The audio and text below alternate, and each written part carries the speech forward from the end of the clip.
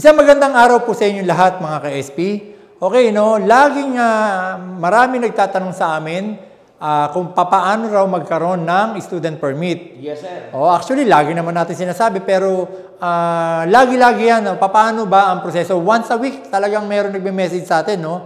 Kahit may nagtanong na sa amin last year, last month, nung isang araw lang. So ngayon, gawa na naman tayo ng vlog kung paano magkaroon ng student permit. Yes. Okay, unang-una, sa amin po kayo talaga dediretso. Hindi po kayo pwedeng pumunta muna, Sir Chris, di ba, sa LTO? Yes, sir. Oo, at mas lalong hindi kayo muna pwedeng pumunta sa Pixar. Yes. Ang unang step, punta Muna, kayo no? sa Majesty Driving Yan, School. Majesty Driving School. At hindi po natin ini-endorse yung mga Pixar na po.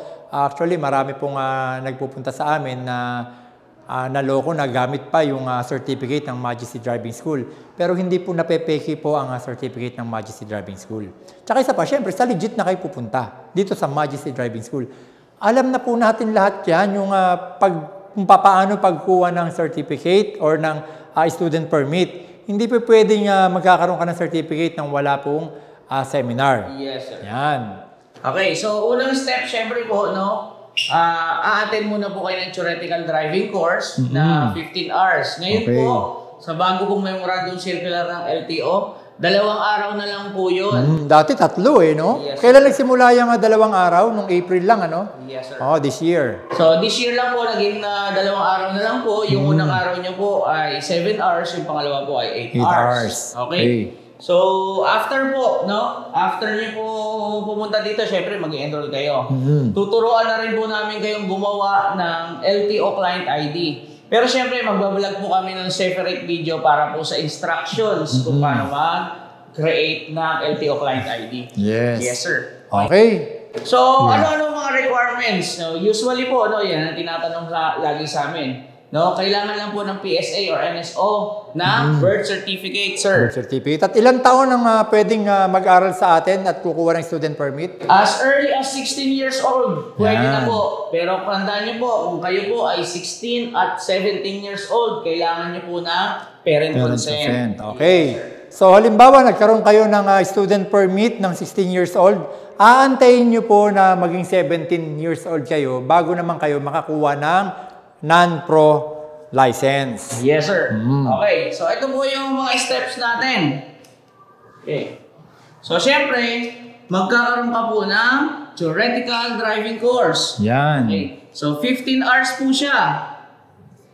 15 hours, no? 2 days. 2 days. Yan. Isang 7 hours and Isang 7, isang 8 hours. Okay. Malinaw po yan, no?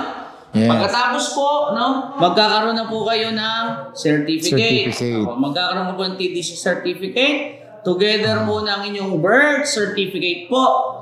Okay? And medical certificate. No? Okay. Ito pong tatlo na to, no? Pwede na po kayong pumunta sa LTO. Yan. Yan. So, ayan po. Ganyan lang naman po kadali. Huwag na po kayong pumunta kung kani-ganino pa o magtanong. Oo. Na mga nakapaikot sa paligid po. Oo. Diretso po kayo dito sa Majesty Driving School. Sigurado po, no, matututo po kayo at hindi po kayo may-scam. Yan. Okay? So, napakadali lang po magkaroon ng student permit. At pag may student permit ka na, pwede ka nang pumunta uli sa amin sa driving school para mag-drive ng kotse. Okay, sir. Sir, dagdag ko rin po pala, no? Pero magdadrive ng kotse, dapat may kasama kang instructor or merong driver's license, mapa non-pro or professional. Sige, Sir Chris. Okay, so dagdag ko lang din po, sir, dito po sa requirement ng birth certificate. Pwede rin po dyan yung passport. Yan. Okay.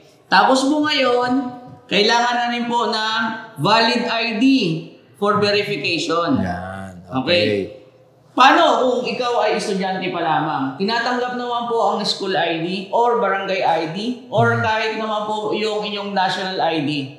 Ito po ay pang-check lang naman po kasi po yung birth certificate po ay mahalaga na. Okay. Paano halimbawa, Sir Chris, wala siyang birth certificate pero kasal naman siya. Okay. Pupunta kay LTO. Anong Para dapat sa mga dalhin?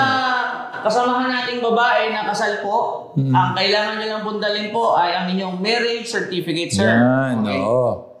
Or passport. Pwede Passport. rin. Kung naka-reflect naman po doon yung apelido ng inyong asawa. Okay. O, sige, yun lang Sir Chris. Sana mga KSP natututo po kayo sa aming munting vlog. Okay? Maraming salamat. Majesty Driving School. Palagi kang safe sa kada biyahe. Mga dami na magturo ng disiplina. Maging responsable sa manibela.